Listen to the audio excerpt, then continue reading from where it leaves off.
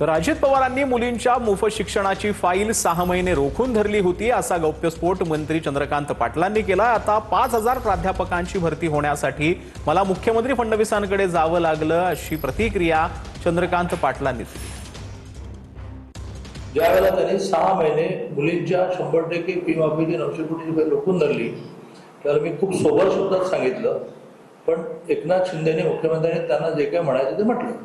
त्यामुळे मुख्यमंत्र्यांचा अधिकार असतो तर मुख्यमंत्री जसं चला पुढचं उदाहरण 5,500 प्राध्यापकांची भरती 13,000च्या रिकाम्या जागांच्या गेश करण्यासाठी डोकं कुठलं इथे टेंगळं आले। शेवटी मला देवेंद्रकडे जायला लागलं। तर उद्या शिवतीर्थावर आवर्जून या असं राज ठाकरेंनी म्हटलेलं आहे। राज ठाकरेंनी आज विविध शाखांना भेटी देऊन हे आवाहन केलेलं आहे। इंजिनमध्ये बसून या असं आवाहन राज ठाकरेंनी केलं आहे। खूप वर्षानंतर शाखेत आलो।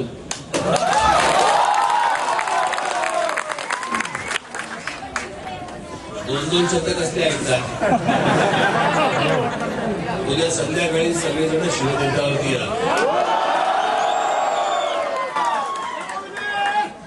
इंजिन मध्ये बसून या। मुंबईच्या विरोधकांच्या मशाली जाळून